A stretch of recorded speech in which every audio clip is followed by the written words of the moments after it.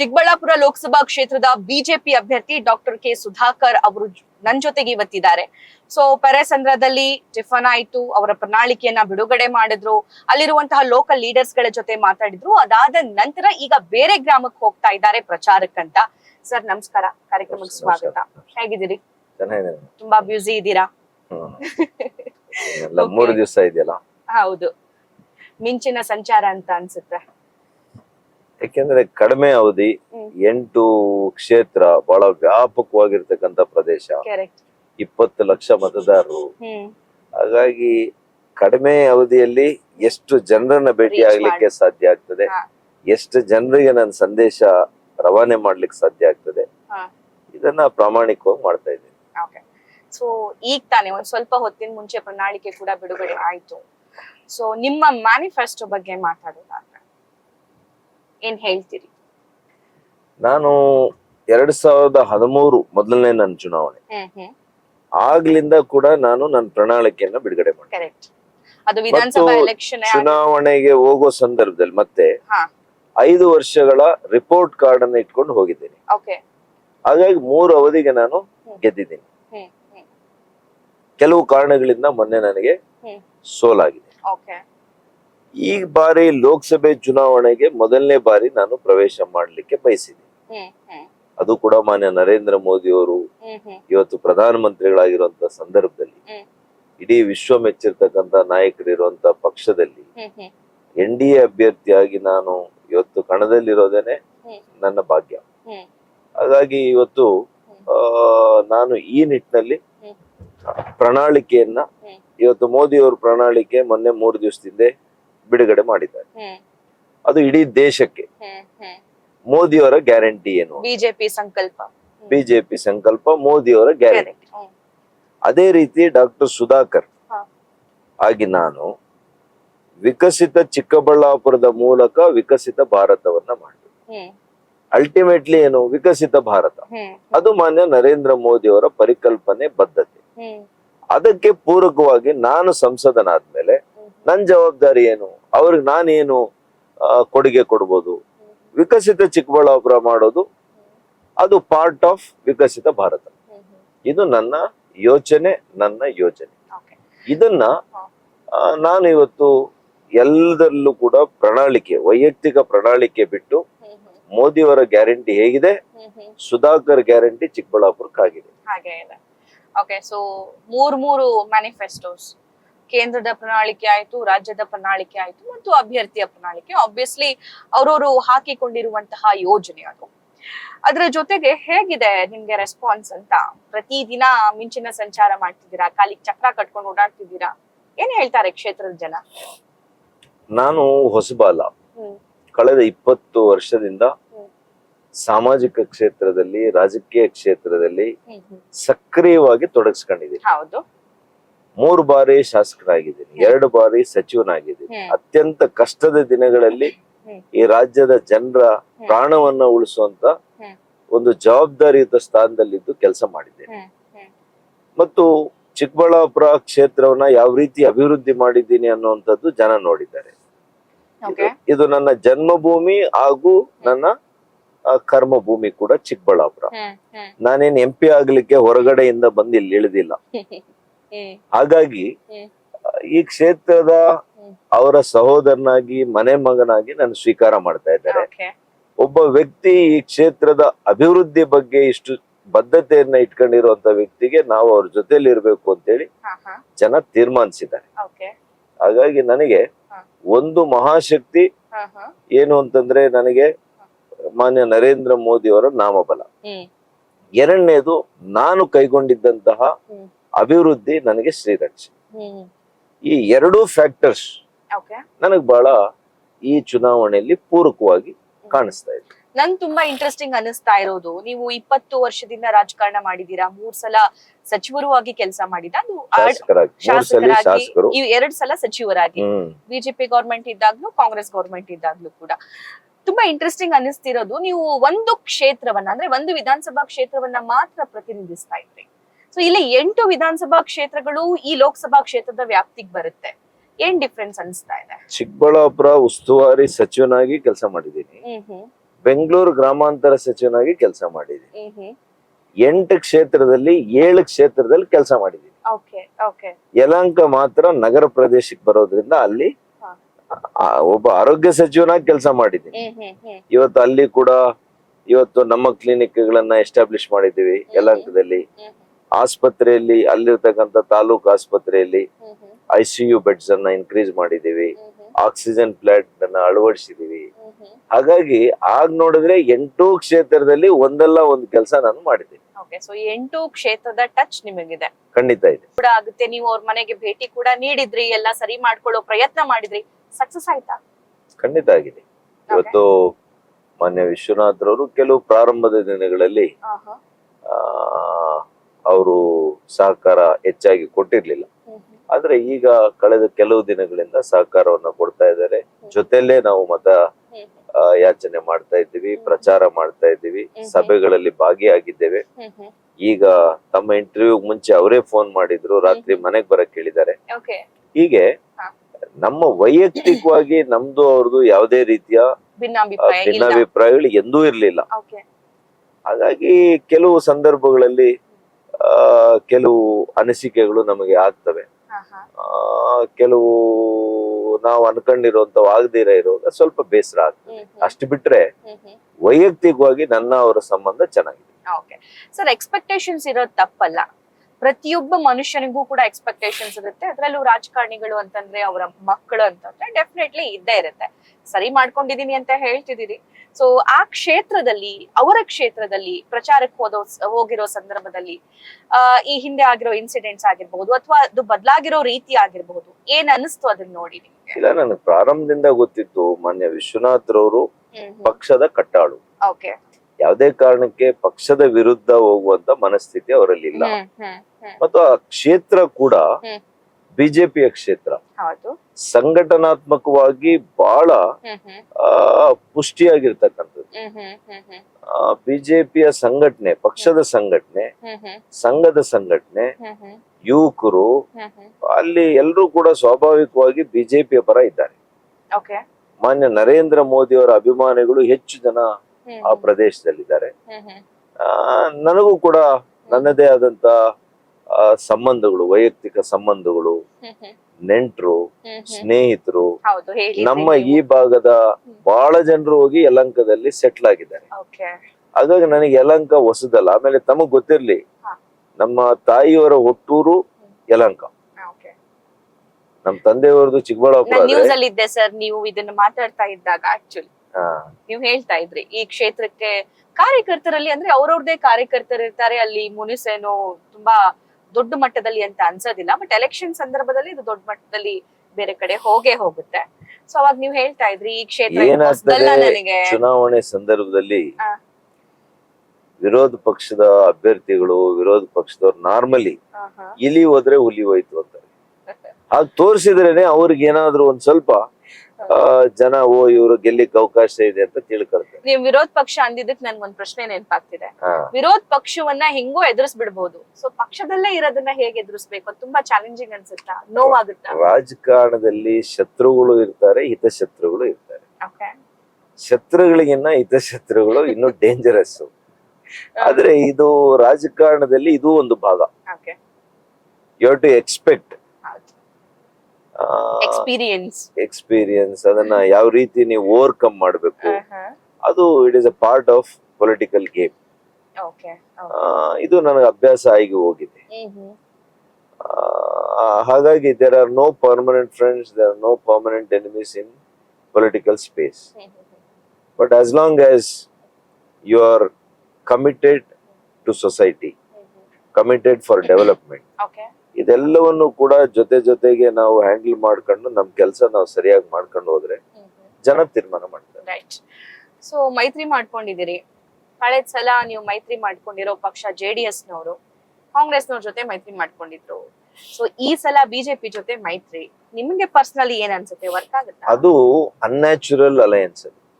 ಪ್ರಜ್ವಲ್ ಅದನ್ನೇ ಹೇಳ್ತಿದ್ರು, unnatural alliance. ನಮ್ಮದು ನ್ಯಾಚುರಲ್ ಅಲಯನ್ಸ್ ಪಾರ್ಟ್ನರ್ಸ್. ಇದು ಸಹಜ ಮೈತ್ರಿ ಆಗುವಂತ ಎರಡು ಪಕ್ಷಗಳು. ಹೆಂಗೆ ಸರ್? ಅಂದ್ರೆ ಕಾರಣ ಜನತಾದಳ ಉದಯ ಆಗಿದ್ದು ಈ ದೇಶದಲ್ಲಿ ಕಾಂಗ್ರೆಸ್ಗೆ ವಿರುದ್ಧವಾಗಿ, ಕಾಂಗ್ರೆಸ್ನ ಧೋರಣೆ ವಿರುದ್ಧವಾಗಿ. ಈಗ ಕಳೆದ 40-50 ವರ್ಷ ಜನತಾದಳ, ಜನತಾ ಪಕ್ಷ ಆಗಿತ್ತು, ಜನತಾದಳ, ಜಾತ್ಯತೀತ ಎಲ್ಲವೂ ಕೂಡ ಈ ಜನತಾ ಒಂದು ಆಸ್ ಎ ಯೂನಿಟ್.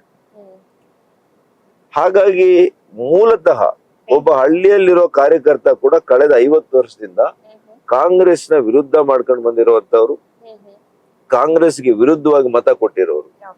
ಈಗ ನೀವು ರಾಜಕೀಯ ಲಾಭಕ್ಕೆ ಎಲ್ಲಾ ತತ್ವ ಸಿದ್ಧಾಂತಗಳನ್ನ ಮರ್ತೋಗಿ JDS ಕಾಂಗ್ರೆಸ್ ಒಂದಾಗ್ಬಿಟ್ರೆ ಜನ ಒಂದಾಗಲ್ಲ, ಹಳ್ಳಿಯಲ್ಲಿ ಒಂದಾಗಲ್ಲ. ನಾನು ಕಾಂಗ್ರೆಸ್ ಅಲ್ಲಿ ಇದ್ದೆ, ಆಗ ನಾನು ಹೇಳಿದೆ this will not work, this is an unholy alliance ಅಂತ ಹೇಳಿದ ಪ್ರಥಮ ರಾಜಕಾರಣಿ ನಾನೇನೆ ಕರ್ನಾಟಕದಲ್ಲಿ. ತಾವು you can witness the record. Day 1 ಆಗಿದ್ದ ದಿವಸ ಹೇಳಿದ್ದೀನಿ, this is an unholy alliance, ಈ ರಾಜ್ಯದ ಜನ ಇದನ್ನ ಒಪ್ಪಲ್ಲ, ನಮಗೂ ಕೂಡ ಇದು ಪಾಠ ಆಗ್ತದೆ ಅಂತ ಅವತ್ತು ಹೇಳಿದ್ದೆ ನಾನು. ಅದು ಸತ್ಯ ಆಯ್ತು. 1 ಸೀಟ್ ಗೆದ್ವಿ, ಜನತಾದಳ 1 ಸೀಟ್ ಗೆಲ್ತು, ಯೋಚನೆ ಮಾಡಿ. ಆದ್ರೆ ಇವತ್ತು ನೋಡಿ, ಮೊರಾರ್ಜಿ ದೇಸಾಯಿ ಇರ್ಬೋದು, ಜಯಪ್ರಕಾಶ್ ನಾರಾಯಣ್ ಅವ್ರು ಇರ್ಬೋದು, VP ಸಿಂಗ್ ಅವ್ರು ಇರ್ಬೋದು, ಇವರೆಲ್ಲ ಹೇಗಾದ್ರು ಅವತ್ತಿನ ಬಿಜೆಪಿ ಜನತಾದಳಕ್ಕೆ ಸಪೋರ್ಟ್ ಮಾಡಿ ಪ್ರಧಾನ ಮಂತ್ರಿಗಳಾಗಿದ್ದಂತವ್ರು VP ಸಿಂಗ್ ರವರು. ಆ ಕಾಲದಲ್ಲೇನೆ ಡಾಕ್ಟರ್ BR ಅಂಬೇಡ್ಕರ್ ಅವರಿಗೆ ಆಗ ಭಾರತ ರತ್ನ ಕೊಟ್ಟಿದ್ದು. ಸಿದ್ದರಾಮಯ್ಯ ಅವರಿಗೆ ತುಂಬಾ ಕೋಪ ಅನ್ಸುತ್ತೆ ನಿಮ್ ಮೇಲೆ. ಎಲ್ಲಿ ಜಾಸ್ತಿ ಪ್ರೀತಿ ಇರ್ತದೆ ಅಲ್ಲಿ ಕೋಪನು ಜೊತೆಯಾಗಿರುತ್ತೆ. ಪ್ರೀತಿ ಇದೆಯಾ? ಅವರು ಹೃದಯದಲ್ಲಿ ಇದೆ ಅಂತ ನನ್ನ ಭಾವನೆ ಇದೆ, ಇರಬಹುದು ಅಂತ. ಏನ್ ಸರ್ ಹಂಗ್ ಟ್ವೀಟ್ ಮಾಡ್ತಾರೆ? ಹಂಗೆ ಒಂದ್ ಕಾಲದಲ್ಲಿ ಇಷ್ಟಪಟ್ಟಂತಹ ವ್ಯಕ್ತಿನ, ರಾಜಕಾರಣಿನ ಆತರ ಬೈತಾರೆ, ಆತರ ಭ್ರಷ್ಟ ಅಂತ ಹೇಳ್ತಾರೆ, ಕೋವಿಡ್ ಹಗರಣ ಅಂತ ಅಂತಾರೆ. ಏನ್ ಅನ್ಸುತ್ತೆ ಇವೆಲ್ಲ ಕೇಳಿದಾಗ, ನೋಡಿದಾಗ? ಚುನಾವಣೆಯ ಒಂದು ಭಾಗ ಅದು. ಅವ್ರಿಗೆ ಗೊತ್ತಾಗಿದೆ, ಅವ್ರು ಮುಖ್ಯಮಂತ್ರಿಗಳಲ್ವಾ, ಇಂಟೆಲಿಜೆನ್ಸ್ ರಿಪೋರ್ಟ್ ಪ್ರತಿ ದಿವಸ ಅವ್ರಿಗೆ ಮನೆ ಬಾಗಿಲಿಗೆ ಬರುತ್ತೆ ಬೆಳಿಗ್ಗೆ. ಅದನ್ನ ಓದಿದ್ದಾರೆ. ಬಹಳ ಸುಲಭವಾಗಿ ಸುಧಾಕರ್ ಗೆಲ್ತಾ ಇದ್ದಾನೆ. ಏನ್ ಮಾಡ್ಬೇಕು? ಸುಧಾಕರ್ನ ಸೋಲಿಸ್ಬೇಕಲ್ಲ, ಕಾಂಗ್ರೆಸ್ ಗೆಲ್ಲಿಸ್ಬೇಕಲ್ಲ. ಅದಕ್ಕೆ ಮೋದಿ ವೈಯಕ್ತಿಕವಾಗಿ ಅವ್ರನ್ನ ನಿಂದನೆ ಮಾಡ್ಬಿಡೋದು, ವ್ಯಕ್ತಿ ಚಾರಿತ್ರ್ಯ ವಧೆ ಮಾಡ್ಬಿಟ್ರೆ ಒಂದಷ್ಟು ವೋಟ್ ನನಗೆ ನಮ್ಮ ಅಭ್ಯರ್ಥಿಗೆ ಬರಬಹುದು ಅಂತ ಅವರ ಊಹೆ. ಆದ್ರೆ ಅದು ಯಾವುದೇ ಆಧಾರ ರಹಿತವಾದಂತ ಅಪಾದನೆಗಳಿಗೆ ಸಮಾಜದಲ್ಲಿ ಮಾನ್ಯತೆ ಇರೋದಿಲ್ಲ. ಅವ್ರ ಮೇಲೂ ಅನೇಕ ಆರೋಪಗಳಾದವು. ಅದು ಆಧಾರ ರಹಿತವಾದಂತ ಆರೋಪಗಳು ಅಂತ ಅವ್ರು ಹೇಳಿದ್ರು. ಅದನ್ನೇ ನಾನು ಕೂಡ ಹೇಳ್ತೇನೆ. ಒಬ್ಬ ಘನವೆತ್ತ ಮುಖ್ಯಮಂತ್ರಿಗಳು ತನಿಖೆಯನ್ನ ನನ್ನ ವಿರುದ್ಧ ತನಿಖಾ ಸಂಸ್ಥೆಯನ್ನ ಮಾಡಿಸ್ತಾ ಇದ್ದಾರೆ, ಸಂತೋಷ.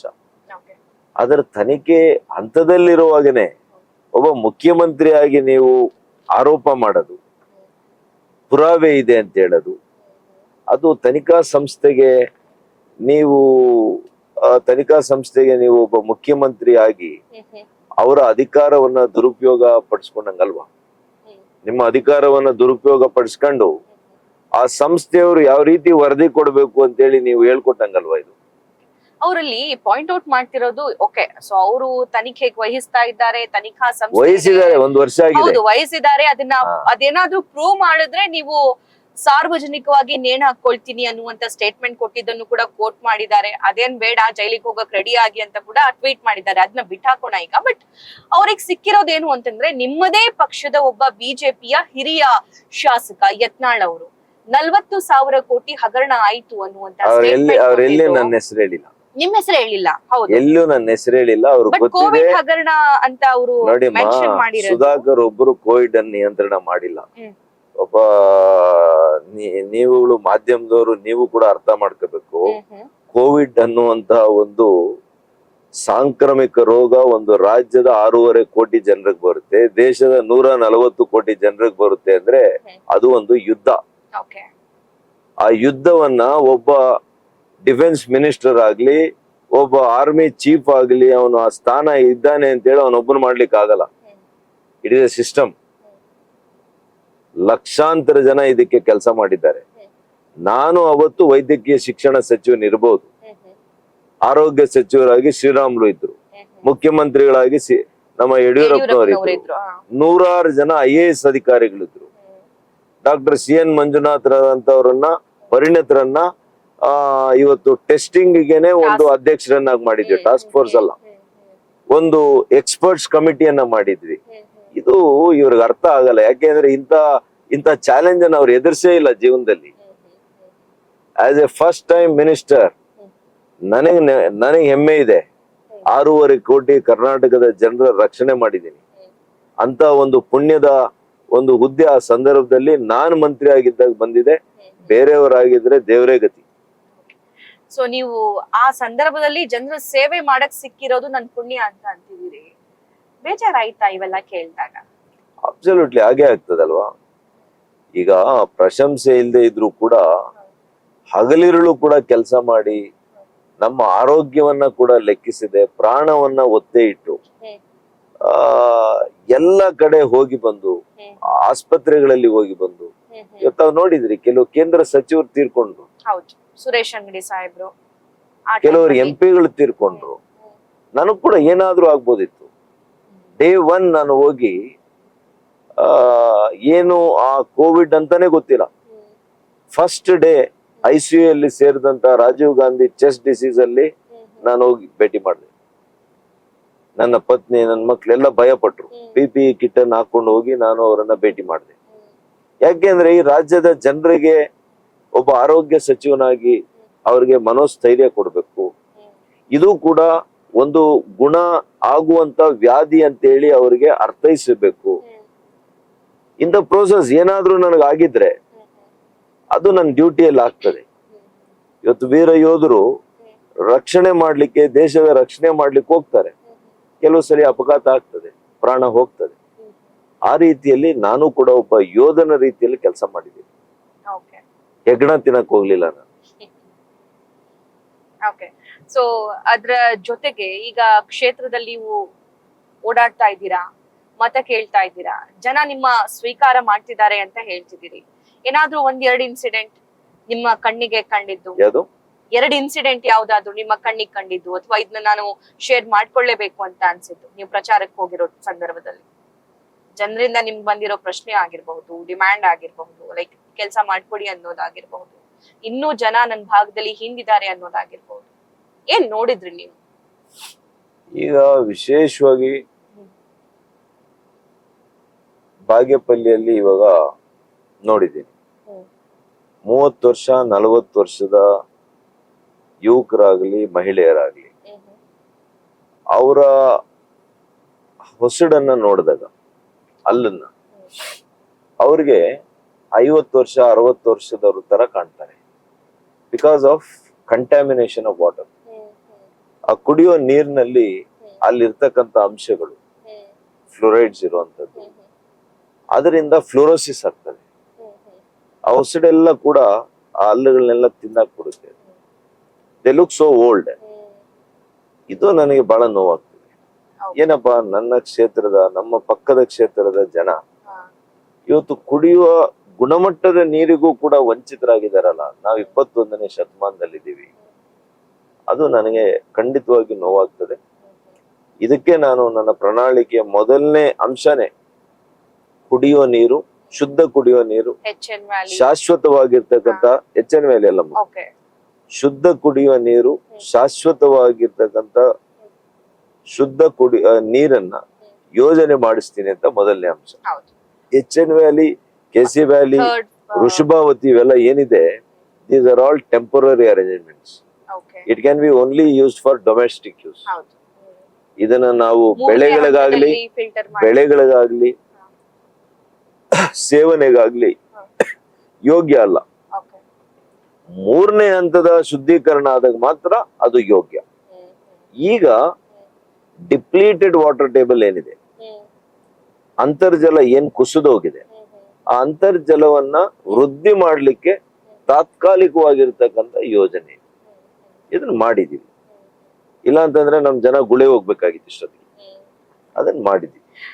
ಸೊ ಒಬ್ಬ ರಾಜಕಾರಣಿ ಅಂತಂದ್ರೆ ಡೆಫಿನೆಟ್ಲಿ ಅದ್ ಎಷ್ಟೇ ಚೆನ್ನಾಗಿದ್ರು ಆರೋಪಗಳಂತೂ ಇದ್ದೇ ಇರುತ್ತೆ. ನಿಮ್ಮೇಲೆ ವಿಪಕ್ಷದವರು ಆರೋಪ ಮಾಡೋದಷ್ಟೇ ಅಲ್ಲ, ಈ ಭಾಗದಲ್ಲಿರೋ ಜನ ಕಾರ್ಯಕರ್ತರು ಮಿನಿಸ್ಟರ್ ಆದಾಗ ಸಾಹೇಬ್ರು ನಮ್ ಕೈಗೆ ಸಿಗ್ತಿರ್ಲಿಲ್ಲ ಅಂತ ಅಂತಿದ್ರು. ಏನ್ ಹೇಳ್ತೀರಿ?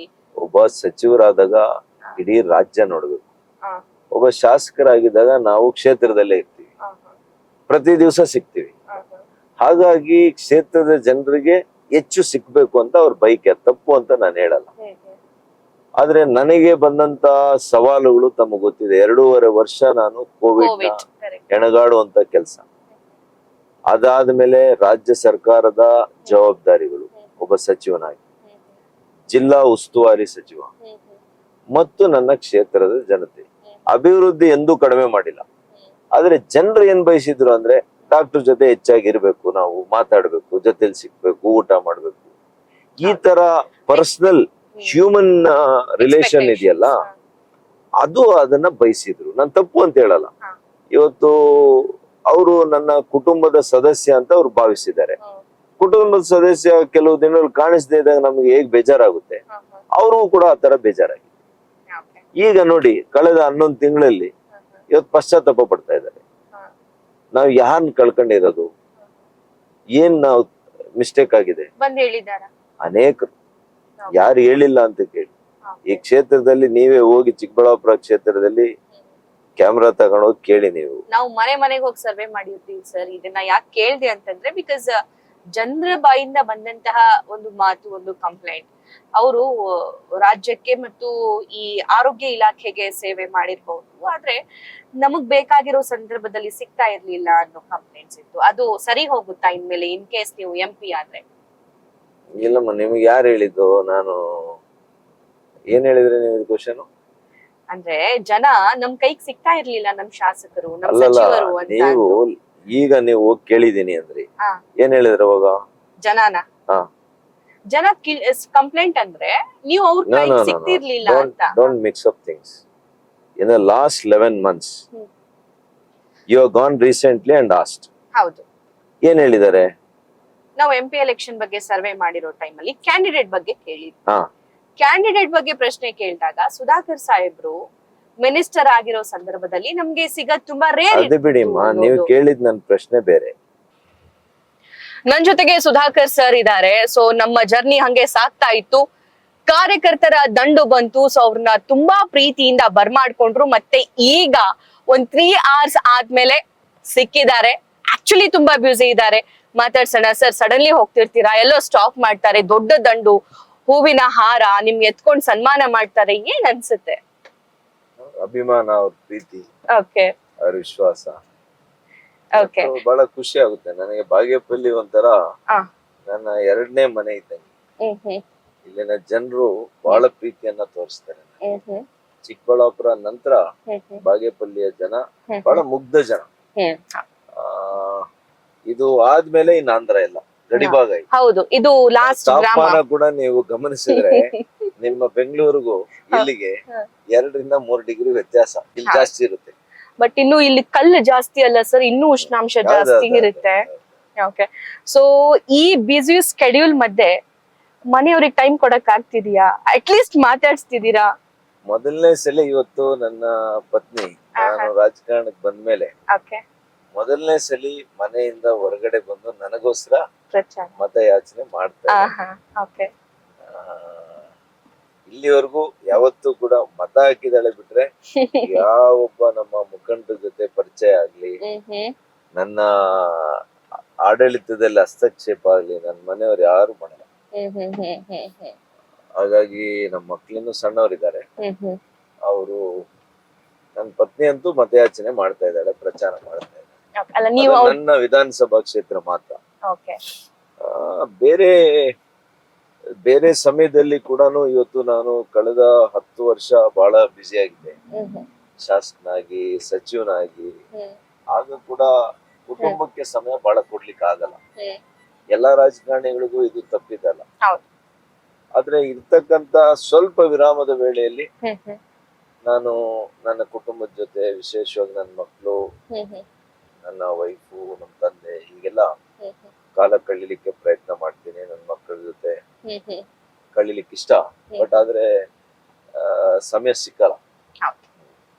ಓಕೆ ಸರ್, ಈ ಎಲೆಕ್ಷನ್ಸ್, ಈ ಪ್ರಚಾರ, ಇದ್ರ ಮಧ್ಯೆ ಟೀಕೆಗಳು, ಟಿಪ್ಪಣಿಗಳು, ಇದ್ರ ಮಧ್ಯೆ ನೀವು ರ್ಯಾಲೀಸ್ ಗಳನ್ನ ಆಯೋಜನೆ ಮಾಡ್ಬೇಕು, ದೊಡ್ಡ ದೊಡ್ಡ ಸಮಾವೇಶಗಳನ್ನ ಆಯೋಜನೆ ಮಾಡ್ಬೇಕು.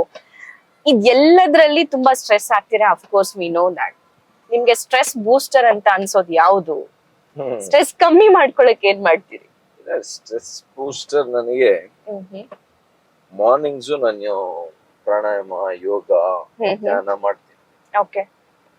ಪೂಜೆ ಮಾಡ್ತೀನಿ, ಓದ್ತೀನಿ. ಈ ಚುನಾವಣೆ ಸಮಯದಲ್ಲಿ ಯಾವ ಆಗ್ತಾ ಇಲ್ಲ. ಪೂಜೆ ಮಾತ್ರ ದಿನನಿತ್ಯ ಮಾಡ್ತೇನೆ. ಈಗ್ಲೂ ಕೂಡ ಮುಂದುವರೆದಿದೆ. ಆದ್ರೆ ಯೋಗ, ವರ್ಕೌಟ್ ಇವ್ಯಾವ ಆಗ್ತಾ ಇಲ್ಲ. ಸಮಯದ ಅಭಾವ ಇದೆ. 4 ಗಂಟೆ ಅಮ್ಮಮ್ಮ ಅಂದ್ರೆ 4 ಗಂಟೆ ನಿದ್ದೆ ಮಾಡ್ತಾ ಇದ್ದೀನಿ ಒಂದ್ ದಿವಸದಲ್ಲಿ. ಅದ್ರ ಮೇಲೆ ಆಗ್ತಾ ಇಲ್ಲ. ಯಾವಾಗಾದ್ರೂ ಈ ತರ 1 hour ಆತರ 1/4 ಗಂಟೆ ಸಮಯ ಸಿಕ್ಕಿದ್ರೆ ರಸ್ತೆಯಲ್ಲಿ, ಮಾರ್ಗದಲ್ಲಿ, ಅಲ್ಲಿ ಒಂದು ಪವರ್ ನ್ಯಾಪ್ ತಗೊಳ್ತೀರಿ. ಗೊತ್ತಿಲ್ಲದಿರಾನೆ ಮಲಗ್ತೀವಿ. ಆ ಸ್ಟ್ರೆಸ್, ಆ ಬಿಸಿಲು, ಆಯಾಸ ಆಗಿರುತ್ತೆ. ಓಕೆ. ಸೊ ಊಟ ತಿಂಡಿ ಎಲ್ಲ ಹೇಗೆ ಸ್ಕಿಪ್ ಮಾಡ್ತಿದ್ದೀರಾ? ಇಲ್ಲ, ನಾನು ಯಾವಾಗ್ಲೂ ಕೂಡ ಮಿತ ಆಹಾರವನ್ನೇ ತೆಗೆದುಕೊಳ್ಳುವಂಥದ್ದು. ಮಧ್ಯಾಹ್ನ ಒಂದು ಊಟ, ಒಳ್ಳೆ ಊಟ, ಮಧ್ಯಾಹ್ನ ಊಟ ಮಾತ್ರ ಎಲ್ಲಾ ಪೌಷ್ಟಿಕ ಆಹಾರ ಇರ್ತಕ್ಕಂಥ ಅಂಶಗಳಿರುವಂತ ಆಹಾರ ತೆಗೆದುಕೊಳ್ತೀನಿ. ಬೆಳಿಗ್ಗೆ ನಾನು ಬರೀ ಹಣ್ಣು, ಸಂಜೆ ನಾನೊಂದು ಸೂಪು, ಹಣ್ಣು ಅಷ್ಟೇ ನಾನು. ಓಕೆ ಸರ್, ಅದ್ರ ಜೊತೆಗೆ ನಿಮ್ಮ ಈ ಲೋಕಸಭಾ ಕ್ಷೇತ್ರದಲ್ಲಿ ಇಂಟರ್ನ್ಯಾಷನಲ್ ಏರ್ಪೋರ್ಟ್ ಕೂಡ ಇದೆ, ಅಷ್ಟೇ ಕಡು ಬಡವರು ಕೂಡ ಇದ್ದಾರೆ. ಸೊ ಇವೆರಡು ಒಂದು ಕಂಪ್ಯಾರಿಸನ್. ಓಕೆ, ನಮ್ಮ ದೇಶದ ಕಂಪ್ಯಾರಿಸನ್ ಇದು, ಬರೀ ನಿಮ್ ಕ್ಷೇತ್ರದ ಕಂಪ್ಯಾರಿಸನ್ ಅಲ್ಲ. ಸೊ ಇದನ್ನ ನೀವು MP ಆದ್ರೆ ಹೇಗ್ ಚೇಂಜ್ ಮಾಡ್ಬೇಕು, ಅಥವಾ ನಿಮ್ಮ ಕನಸು ಏನಿದೆ? ಈಗಾಗಲೇ ಮಾನ್ಯ ಪ್ರಧಾನಿಗಳು 25 ಕೋಟಿ ಭಾರತೀಯರನ್ನ ಬಡತನ ರೇಖೆಗಿನ್ನ ಕೆಳಗಡೆ ಇರ್ತಕ್ಕಂಥವ್ರನ್ನ ಮೇಲೆತ್ತುವಂತ ಪ್ರಯತ್ನ ಮಾಡಿದ್ದಾರೆ. ಇದು ಏನೋ ನಾವು ಬಿಜೆಪಿ ಅಂತ ಹೇಳ್ತಾ ಇಲ್ಲ, ವಿಶ್ವಸಂಸ್ಥೆಯವರು ಪ್ರಕಟಿಸಿರ್ತಕ್ಕಂಥ ಅಧಿಕೃತವಾದಂತ ವರದಿ. ಹಾಗಾಗಿ ಇವತ್ತು ಅವ್ರು ಮಾಡ್ತಾ ಇರತಕ್ಕಂತ ಪ್ರತಿಯೊಂದು ಯೋಜನೆ, ಅದ್ರ ಮೂಲಕ ಆರ್ಥಿಕವಾಗಿ, ಸಾಮಾಜಿಕವಾಗಿ ಎಲ್ಲ ಕ್ಷೇತ್ರಗಳಲ್ಲಿ ಕೂಡ ನಮ್ ಸಮಾಜ ಮುಂದುವರಿಯುತ್ತೆ. ಯುವಕರು ಕೂಡ ಮುಂದುವರಿತಾರೆ. ಅವರ ದುಡಿಯುವ ಕೈಗಳಿಗೆ ಉದ್ಯೋಗ ಸೃಷ್ಟಿ ಮಾಡ್ಕೊಡ್ಬೇಕು, ಉದ್ಯೋಗ ಶಕ್ತಿಯನ್ನ ನೀಡಬೇಕು. ಒಳ್ಳೆ ಶಿಕ್ಷಣ, ಸಬಲೀಕರಣ, ಶಿಕ್ಷಣದ ಮೂಲಕ ಅವ್ರ ಸಬಲೀಕರಣ ಆಗ್ಬೇಕು, ಉನ್ನತ ಶಿಕ್ಷಣ ಪಡಿಬೇಕು, ಉದ್ಯೋಗ ದಾತರಾಗ್ಬೇಕು, ಉದ್ಯೋಗವನ್ನ ನೀಡಬೇಕು, ಎರಡೂ ಆಗ್ಬೇಕು. They should become entrepreneurs and also they should become employees. ಎರಡೂ ವರ್ಗದ ಜನರು ಇರ್ತಾರೆ.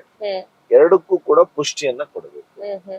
ಮತ್ತು ಕೈಗಾರಿಕೆಗಳು ಈ ಭಾಗದಲ್ಲಿ ಸ್ಥಾಪನೆ ಹೌದು, ಅದ್ ಬೇಕಾಗಿದೆ, ಇದೆಲ್ಲ ಆಗ್ಬೇಕಾಗಿದೆ.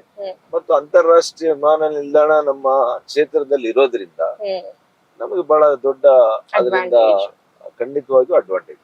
Okay okay. ಅದರ ಜೊತೆಗೆ ಕೊನೆಯದಾಗಿ 20 ಲಕ್ಷ ಮತದಾರರು ಇರುವಂತಹ ಲೋಕಸಭಾ ಕ್ಷೇತ್ರ, ಸೊ ನಿಮ್ಮ ವೋಟರ್ಸ್ಗೆ ಏನ್ ಹೇಳ್ತೀರಿ? ನಿಮ್ಮ ಮನೆ ಮಗ ಇವತ್ತು ನಿಮ್ಮ ಸೇವೆ ಮಾಡ್ಲಿಕ್ಕೆ ಬಂದಿದ್ದೇನೆ. ಸ್ಥಳೀಯ ಅಭ್ಯರ್ಥಿ, ನನ್ನ ಜನ್ಮಭೂಮಿ ಚಿಕ್ಕಬಳ್ಳಾಪುರ, ನನ್ನ ಕರ್ಮಭೂಮಿ ಇದು. ವಿಕಸಿತ ಭಾರತ ಮಾನ್ಯ ನರೇಂದ್ರ ಮೋದಿಯವರ ಕನಸು, ಪರಿಕಲ್ಪನೆ ಆಗಿದ್ರೆ ನಾನು ಅವರ ರಾಯಭಾರಿಯಾಗಿ ಚಿಕ್ಕಬಳ್ಳಾಪುರ, ವಿಕಸಿತ ಚಿಕ್ಕಬಳ್ಳಾಪುರವನ್ನ ಮಾಡೋದ್ರ ಮೂಲಕ ನಾನು ನಿಮ್ಮ ಅಳಿಲ್ ಸೇವೆ ಮಾಡ್ಲಿಕ್ಕೆ ಸಿದ್ಧ ಇದ್ದೇನೆ. ಒಂದು ಅವಕಾಶ ಕೊಡಿ, ನಿಮ್ಮ ಮನೆ ಮಗನಾಗಿ ಕೆಲಸ ಮಾಡ್ತೇನೆ. ನಮಸ್ಕಾರ. ಓಕೆ ಸರ್, ಸೊ ನಿಮ್ಮನ್ನ ವಿರೋಧ ಮಾಡುವವರಿಗೆ ಏನ್ ಹೇಳ್ತೀರಿ ಕೊನೆಯದಾಗಿ ನಿಮ್ಮ ಆ ಖಡಕ್ ದಾಟಿಯಲ್ಲಿ? ನಾನು ಯಾವಾಗ್ಲೂ ಕೂಡ ನಾನು ಮಾತಿನಿಂದ ಗೆಲ್ಲೋದಿಲ್ಲ, ಮಾತಿನಿಂದ ಟೀಕೆ ಮಾಡಲ್ಲ. ನನ್ನ ಕೆಲಸ ಮಾತಾಡ್ಬೇಕು, ಕೆಲಸದಿಂದ ಉತ್ತರ ಕೊಡ್ಬೇಕು. ಅದು ನನ್ನ ಯಾವಾಗ್ಲೂ ನಾನು ನಡ್ಕೊಂಡು ಬಂದಿರೋಂತ ದಾರಿ. Okay Sudhakar sir, all the very best. Thank you so much. ಚುನಾವಣೆಗೆ 3-4 ದಿನ ಮಾತ್ರ ಬಾಕಿ ಇರೋ ಟೈಮ್ ಅಲ್ಲಿ ಈ ಟೈಮ್ ಅನ್ನ ನಮ್ಗೆ ಕೊಟ್ಟಿದ್ದಾರೆ. Thank you so much. Thank you. News first, ನಿರ್ಭೀತಿಯಿಂದ ನಿಮ್ಮ ಪರವಾಗಿ.